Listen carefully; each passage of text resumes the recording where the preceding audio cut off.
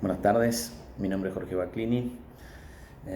Voy a grabar una serie de videos preferiblemente cortitos para comenzar a tratar el tema que va a tocar esta semana relacionado con el ofrecimiento de prueba en todo lo que es el sistema acusatorio.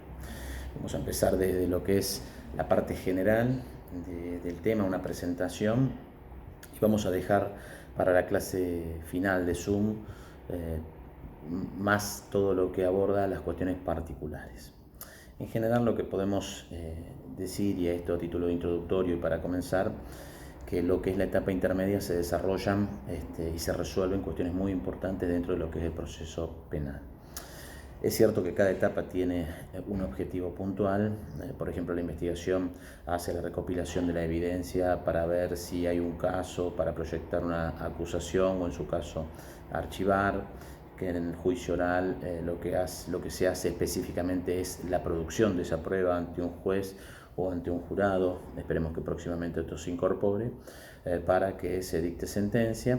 Y bueno, justamente la etapa intermedia, muchos nos preguntamos para qué debe estar, para qué debe existir dentro del proceso penal, y cumple una variada cantidad de funciones específicas, algunas que son más relevantes que otras, pero esencialmente tenemos que tener claro que la etapa intermedia o en la etapa intermedia se deciden dos cuestiones centrales. Una es el control de la acusación, la aceptación de la acusación, que de acuerdo al sistema procesal en el cual nos encontremos, esta admisibilidad de la acusación, para llamarlo de alguna manera, puede abordar solamente cuestiones formales o ir también al fondo, es decir, si efectivamente el fiscal tiene un caso.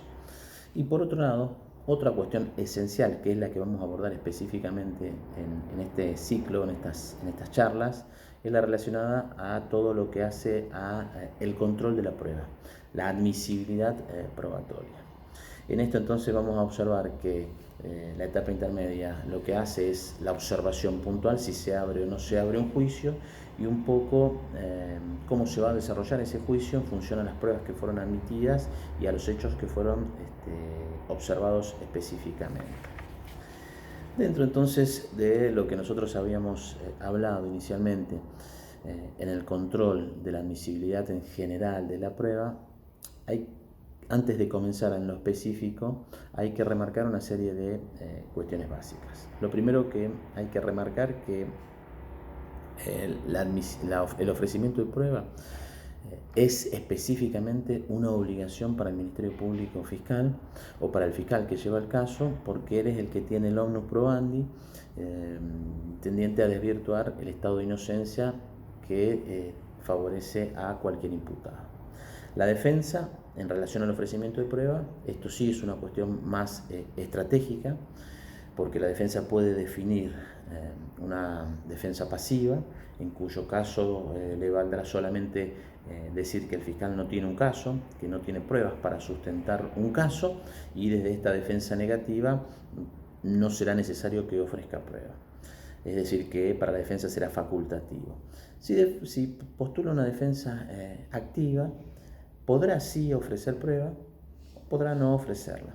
Por ejemplo, una defensa activa por parte de la defensa que posiblemente amerite el ofrecimiento de prueba, o puede trabajar también sobre la misma prueba del fiscal, por eso decimos que aquí también es facultativo, puede versar sobre un reconocimiento del homicidio, de la tipicidad del homicidio, sin embargo, aludir de que se actuó en legítima defensa o en exceso en la legítima defensa o en un error de prohibición que, si es invencible, operará como eximente. Lo mismo pasa con la querella. Entonces, lo primero que tenemos que remarcar es que la obligación de ofrecer prueba la tiene el Ministerio Público Fiscal. Como segundo tema importante que aquí tenemos que marcar también, es que específicamente todo lo que hace al ofrecimiento de prueba tiene mucho que ver con el sistema acusatorio. ¿Por qué decimos esto? Porque en el sistema inquisitivo el juez de instrucción era quien producía prueba, y la producía ya en la misma investigación. En el acusatorio tenemos claro que en la investigación se produce o se recopila evidencia, y esta evidencia va a ser útil para las decisiones de las audiencias que se tomen en esta instancia en la investigación. Sin embargo, la prueba se va a ofrecer y se va a ofrecer en la etapa intermedia y se va a producir en el juicio en la presencia de un juez. Salvo casos excepcionales, como los casos de anticipo jurisdiccional de prueba, hay que marcar esta diferencia específica, donde en el inquisitivo quien producía la prueba era el juez y la producía en cualquier etapa. Por eso, al ofrecer la prueba a las partes, al producir la prueba a las partes, obviamente con un control de un juez, y cambiar raudamente todo lo que hace a los postulados básicos que tenemos, va a ser necesario que todos los capítulos de prueba que vienen dados en nuestros códigos procesales necesariamente sean revisados, porque con algunas variantes la mayor parte de los capítulos de prueba y de admisibilidad de prueba que vienen dados en los códigos, todo el tratamiento de medios de prueba, viene dado con un corto y pegue de lo que era la visión del inquisitivo. Vamos a tener que ir avanzando hacia una regulación más específica de código y reglas de evidencia. Como tercer punto previo que tenemos que ver necesariamente es que la admisibilidad de prueba guarda un necesario vínculo con el control de la acusación, sobre todo cuando el control de la acusación versa sobre el fondo del asunto. En Chile, por ejemplo, el control de la acusación se dice que es un control solamente formal, es decir, se verifican los requisitos formales, porque el viejo adagio de que la jurisdicción no puede meterse en cuestiones que hacen a la acción ha dejado específicamente esto. Entre nosotros, la acusación tiene un control formal, pero también sustancial, de fondo. En consecuencia, para evaluar si existe efectivamente un caso, hay que evaluarlo con la prueba. Esto es muy importante también remarcarlo como tercer punto. Como cuarto punto, hay que tener en cuenta y tener claro que todo lo que hace a la admisibilidad de la prueba hace a una preparación adecuada del juicio. Y en esto hay que ir observando específicamente que se establecen límites puntuales para las partes. ¿Qué van a probar y cómo lo van a probar? Sobre todo lo que es materia de contradictorio. Esto facilita el desarrollo del juicio, evita un juicio que esté contaminado y que genere confusiones, lo cual es sumamente valioso para aquellos juicios en los cuales hay jueces profesionales, pero también, y es mucho más valioso, y en esto hay que ir viéndolo, para los casos de juicio por jurado. Como quinto punto a ir observando, tenemos que tener claro también que el medio de prueba por excelencia y el que se va a ofrecer por excelencia es el testigo. Además del testigo vamos a encontrar los peritos, y por fuera de esto básicamente vamos a encontrar todo lo que es prueba material, sean objetos o documentos. Teniendo claro o teniendo en cuenta específicamente que todo lo que es prueba material va a ingresar a través del testigo o del perito. Es decir, que no va a tener una vida autónoma, sino que es una cuestión estratégica de la parte definir cómo va a ingresar esa prueba. Sin embargo, la prueba material también debe ser ofrecida. En esto están los viejos adagios de que la prueba no habla por sí sola y hay que hacer hablar a la prueba. Es decir, que es toda tarea que hace al litigio y que fundamentalmente hace a la parte. Como sexto punto, que lo vamos a desarrollar luego en extenso, el testigo de identidad reservada es una medida muy útil que hace a la protección del testigo y que nosotros pensamos que es muy importante, sobre todo en lugares sumamente conflictivos y con el aumento de todo lo que es la delincuencia y sobre todo la delincuencia organizada. Es un tema muy importante que hace a la protección del testigo. Reservamos la identidad, pero evidentemente que las decisiones de política criminal, y yo creo que esto también es muy valioso, han dado la posibilidad de que haya que revelar la identidad del testigo en algún momento del proceso para garantizar el derecho de defensa. Entonces, entre los dos derechos en juego, el derecho de protección de la víctima y del testigo fundamentalmente, y el derecho de defensa, el legislador ha dado un privilegio al derecho de defensa de forma tal de que hay que saber la identidad del testigo. Se puede ocultar la identidad, hasta algún momento. Pensamos que esto debe ser también regulado específicamente y que la reserva de la identidad del testigo debería llegar hasta momentos antes del juicio para darle a la parte la posibilidad de que pueda saber quién es el testigo y de esta manera poder atacar su credibilidad. Otro punto también importante a tener en cuenta es la pericia. Vamos a tratar un punto en especial de lo que es la pericia.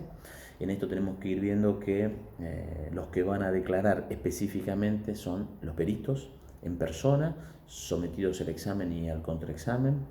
El informe pericial tiene su importancia para la preparación del caso, para preparar el contraexamen, para preparar el examen directo.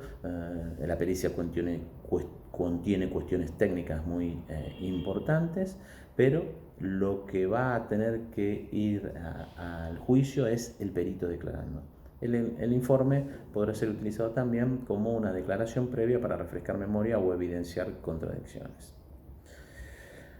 Un tema que nos ha dado una situación bastante crítica es si se puede desistir de la prueba ofrecida y aceptada por el tribunal y en su caso hasta qué momento procesar.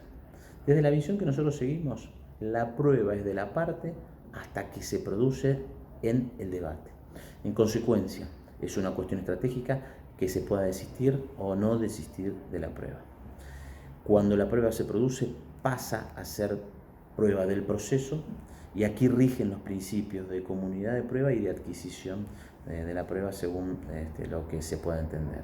Estos principios, básicamente, que son principios del acusatorio, indican que la prueba puede ser usada, puede ser aprovechada, o de la prueba producida efectivamente puede beneficiarse o puede ser valorada por cualquiera de las partes, no solamente el que la ofreció, sino cualquiera de las partes y obviamente el juez. Esto significa que la prueba pasa a ser de la parte cuando efectivamente se produce.